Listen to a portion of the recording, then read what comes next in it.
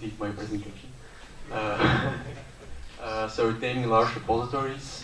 My name is Willem van Eynde. I work for Xenit. It's a Fresco partner from Belgium, and I've been working on Fresco for 7 years now. And during those 7 years, I see 2 recurring use cases for Fresco, both big repositories, archives, and a collaboration use case. For the large archives, usually they have 5 or 10 million documents or more, whereas with collaboration they have much less. Their archives have so many documents because usually those documents are generated in some way, whereas with the collaboration it's really content created by end users.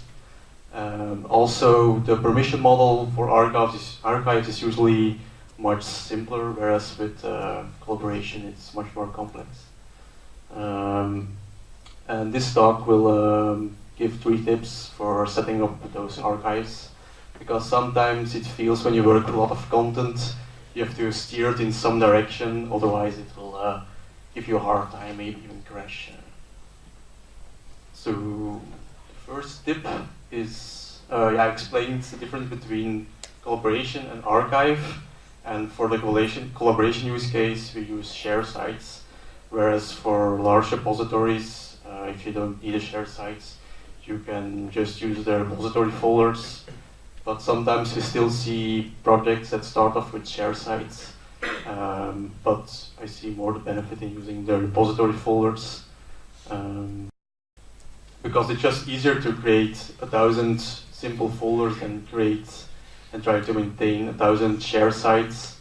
Also, when you create a share site, it comes with extra features like fine-grained permissions, and you have to manage the memberships of those sites, so it all gets much more complicated than probably needs to be.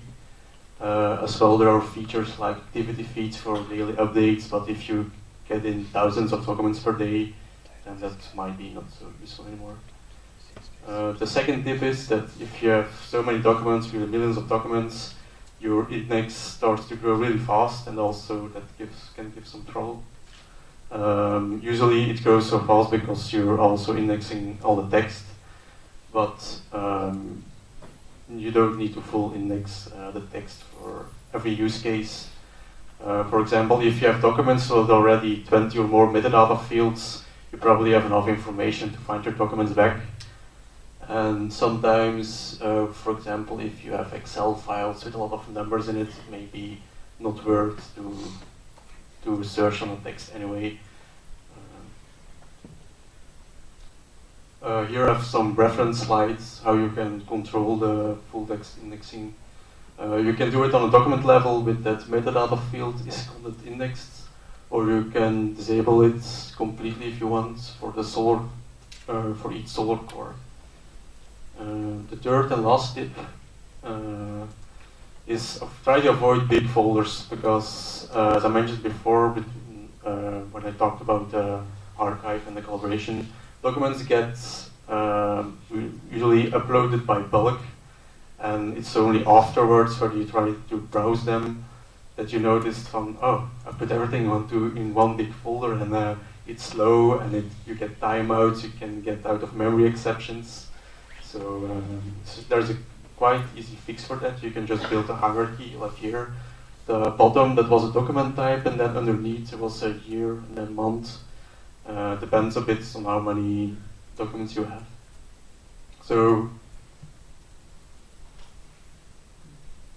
okay, there were 3 bullet points. Okay, those were 3 tips.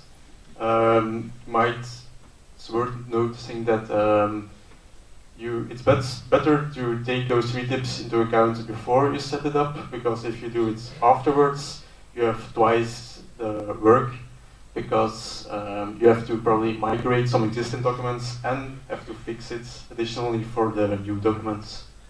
So and if you take those 3 tips into account, it's really easy to use a default Fresco installation and really scale it up to millions. And then the last slide, just my reference. If you have some questions or remarks, you can always contact me.